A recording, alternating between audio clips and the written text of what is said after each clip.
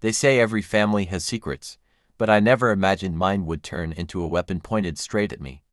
Growing up, I always believed we were different, stronger, closer, and touchable. My name is Ethan Carter, and for most of my life, I lived in the shadow of my older brother, Ryan, and I didn't mind.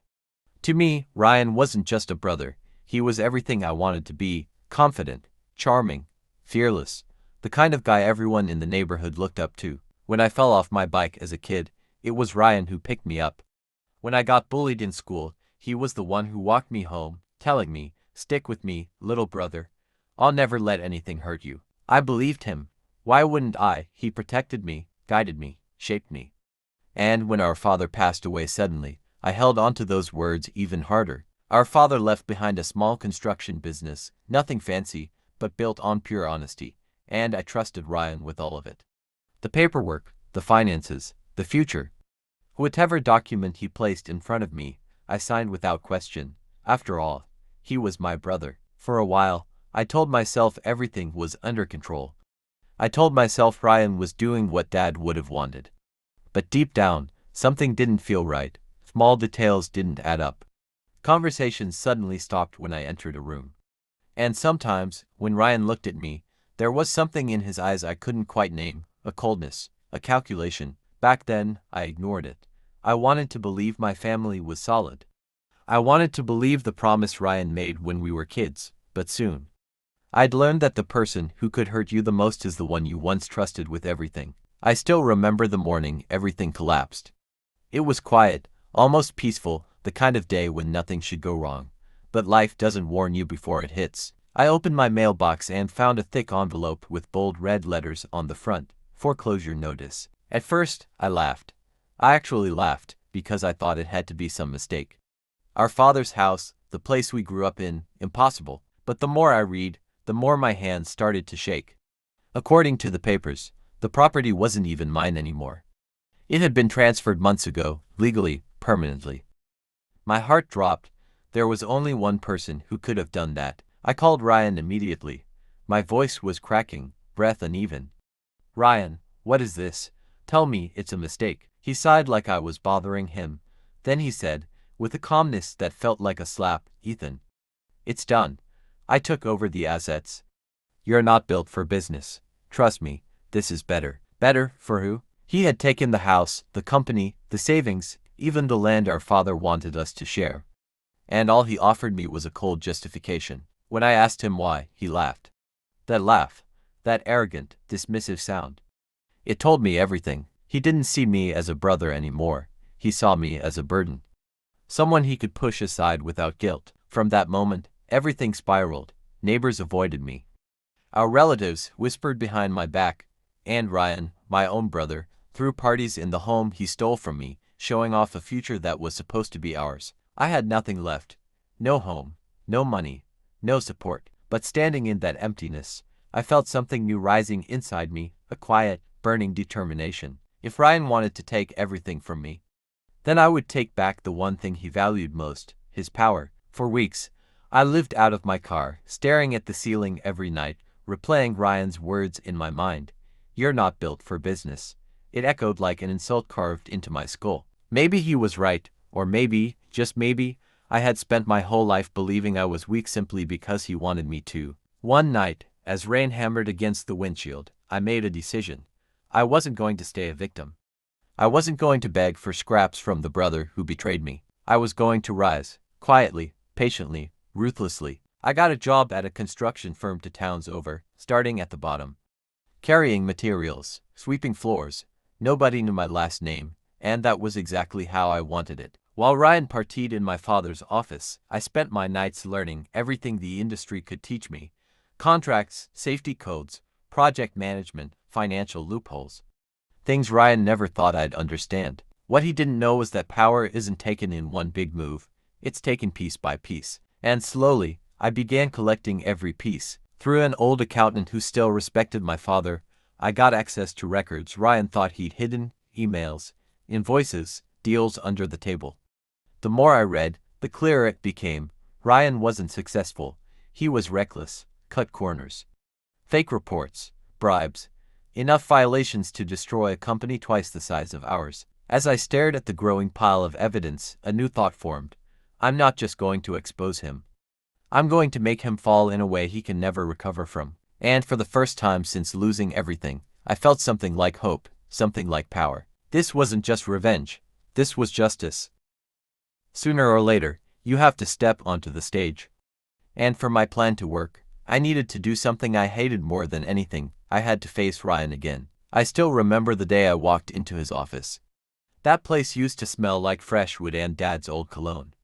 Now it smelled like expensive perfume, loud ego, and cheap victory. Ryan looked up from his leather chair, surprised for a moment. Then he smirked, like he had already won. Ethan, look who finally came back. I swallowed the anger burning in my throat. I forced a smile that felt like holding glass between my teeth. I want to fix things, I said. I want to start over. He leaned back, completely relaxed, because in his mind, I was weak again. I knew you'd come around, he said smugly. Maybe I'll find a place for you here. Something simple, as if I had no ambition, as if I didn't understand exactly what he was doing. I nodded, pretending to accept anything he offered. Inside, I was counting seconds, calculating every move. Within weeks, I was working under him, just another employee he ordered around. He barked instructions, bragged to clients, belittled workers.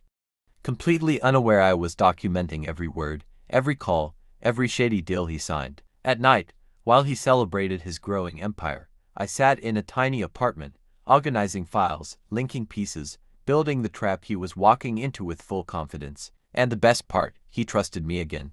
He didn't question a single thing. Because the biggest weakness of arrogant men is believing they can never be outsmarted. Soon, he would learn just how wrong he was. The first move was simple. An anonymous envelope delivered to a local journalist. Inside it, copies of safety violations Ryan had buried years ago. Nothing explosive, just enough to light the smallest spark. 3 days later, the spark became smoke. A government inspector reopened an old case Ryan thought he had paid his way out of.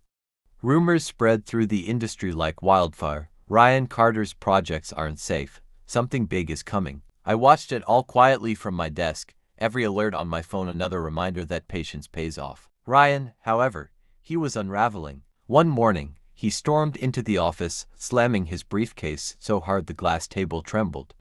"This is nonsense," he shouted, sweat already forming on his forehead. His lawyers looked exhausted, his partners looked nervous, and the workers. They looked like they finally saw the truth. Clients started calling, canceling contracts one after another. Suppliers froze shipments, banks demanded audits. Ryan's voice cracked as he yelled over the phone, trying to save deals he had taken for granted for years. I sat nearby, pretending to type, listening to panic swallow him whole. He didn't know I was feeding every competitor information behind the scenes. He didn't know the walls closing in on him were ones I built piece by piece. Then came the moment I'll never forget. Late one evening, I walked past his office. He was sitting alone in the dark, face pale, hands shaking, staring at the stack of accusations piling up on his desk. He looked up at me with desperate eyes. "Ethan, you're the only one I can trust right now. Everyone's turning against me." I fought the urge to smile.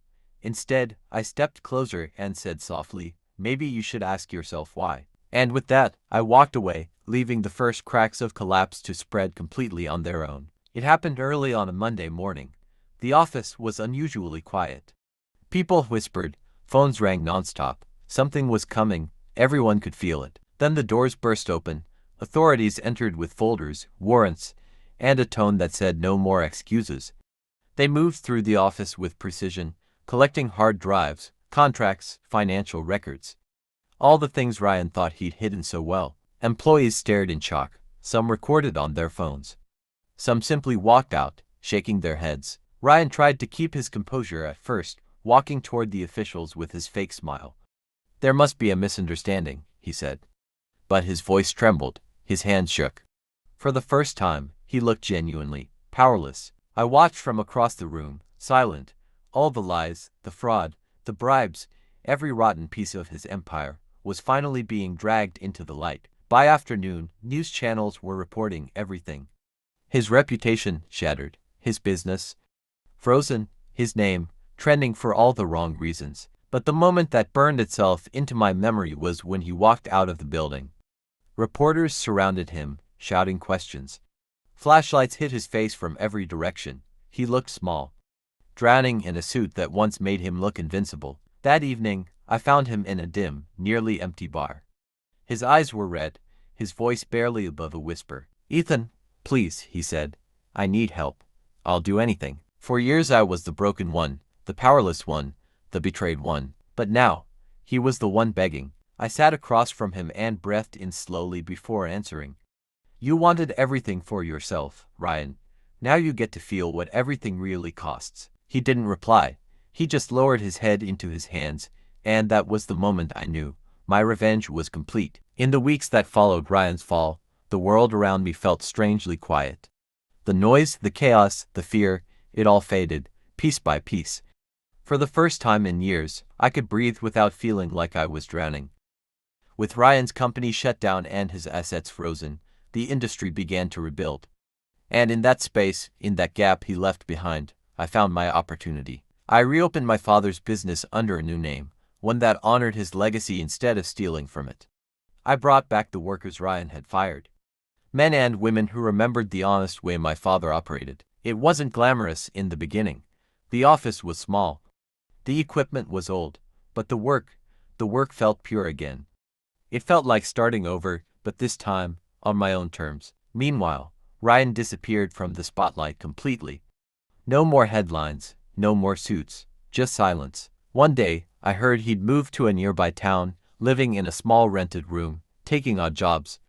Part of me expected to feel thrilled, to celebrate the fall of the man who tried to erase me, but I didn't. What I felt was something I wasn't ready for. Not anger, not satisfaction, but heavy, quiet sympathy, because I finally understood. Revenge wasn't about destroying him. It was about freeing myself, and I had done exactly that, standing in my father's rebuilt office, seeing our name restored with pride. I realized I had won, not by crushing Ryan, but by rising above the person he forced me to become. Ryan betrayed me in a way only family can. He stole my future, my home, my dignity. He turned my life upside down without a second thought, but he also pushed me into a version of myself I never would have discovered otherwise. He made me stronger, he made me sharper, he made me capable of standing on my own 2 feet without leaning on anyone. And that's the part he never expected, because people who betray you think you'll stay broken. They think you'll stay quiet. They think you'll stay afraid. But sometimes betrayal is just the push you need to grow into the person you were meant to be. The best thing isn't making someone fall. It's proving that they never had the power to stop your rise. Let them underestimate you. Let them think they've won. Because one day, when you walk past them with your head held high, when they see you succeed without their help, when they realize their betrayal built the strongest version of you, that moment is worth more than anything you could ever plan. And that is where true peace begins.